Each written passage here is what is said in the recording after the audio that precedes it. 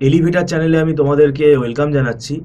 তোমরা যারা MAKAUT university থেকে বিটেক পড়ছো এবং 2026 সালে যারা সেকেন্ড সেমেস্টারে উঠেছো, এটা আমি সব ব্রাঞ্চের স্টুডেন্টদেরই বলছি, মানে mechanical, electrical, civil, electronics, computer science, information technology. কেননা তোমাদের সেকেন্ড সেমেস্টারে সিলেবাসটা কমন থাকে এবং সেকেন্ড সেমেস্টারে সব পেপারই আমরা পড়াই। আমি তোমাদেরকে পার্টিকুলারলি আজকে যেটা বলছি সেটা হচ্ছে সি প্রোগ্রামিং নিয়ে। কারণ এটা তোমাদের একটা আইটির পেপার থাকে এবং এই সি প্রোগ্রামিংটা যারা কোর ইঞ্জিনিয়ারিংয়ে রয়েছো, মানে ইলেকট্রিক্যাল, ইলেকট্রনিক্স, মেকানিক্যাল এই ব্রাঞ্চের যারা স্টুডেন্ট আছো, তোমাদের কিন্তু সি প্রোগ্রামিংটা লাগেই এবং এই সাবজেক্টটা তোমাদের প্রজেক্টেও লাগবে। পরবর্তীকালে কিন্তু দেখো ইন্টারভিউতেও কিন্তু তোমাদের এই সি প্রোগ্রামিং থেকে কোয়েশ্চেন করা হয়। সি প্রোগ্রামিংটা একটু কিন্তু অ্যাডভান্স লেভেলেই আছে আমাদের, এবং সি প্রোগ্রামিংয়ের সিলেবাসটা দেখো কমপ্লিট করতে অনেক সময় লেগে যায়। তো সেটা আমাদের সেমেস্টারে তো অত সময় আমরা পাই না। সেই জন্য আমি তোমাদের বলছি এখন থেকেই কিন্তু তোমরা পড়া শুরু করে দাও। এই সেকেন্ড সেমেস্টারে যে সি প্রোগ্রামিং আছে, এটা সময় দিয়ে যদি তুমি পড়ো তাহলে তোমার কিন্তু পুরো পুরো সিলেবাসটাই কমপ্লিট হয়ে যাবে। এবং এই সি প্রোগ্রামিং নতুন করে শেখার কিন্তু আর তুমি টাইম পাবে না।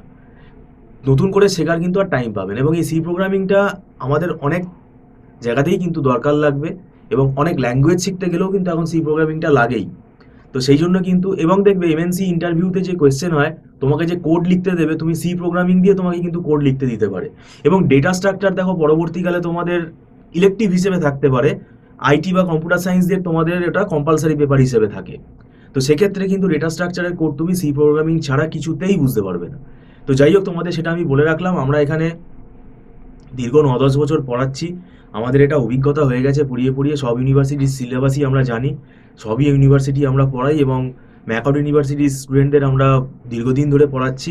তো সেক্ষেত্রে তোমরা যদি পড়ো, তোমাদের এখানে ওয়েল ফরম্যাট আমাদের একটা ফলো করি যাতে সিলেবাসটা কভার আপ হয় ভালোভাবে, এবং এটা আমাদের একটা স্ট্র্যাটেজি তৈরি হয়ে গেছে।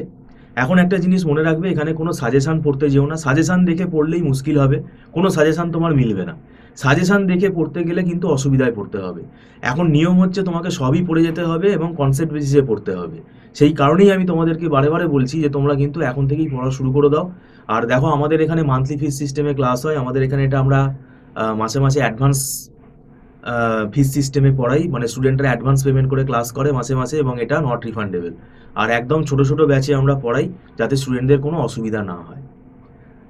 মানে যাতে কোনো ডাউট ধরো হলো, তাহলে সেই ডাউটটা সঙ্গে সঙ্গেই যেন ক্লিয়ার হয়ে যায়। মানে কোনো রকম 10 জন, 15 জন, 20 জনের ব্যাচে কিন্তু আমরা ক্লাস করাই না।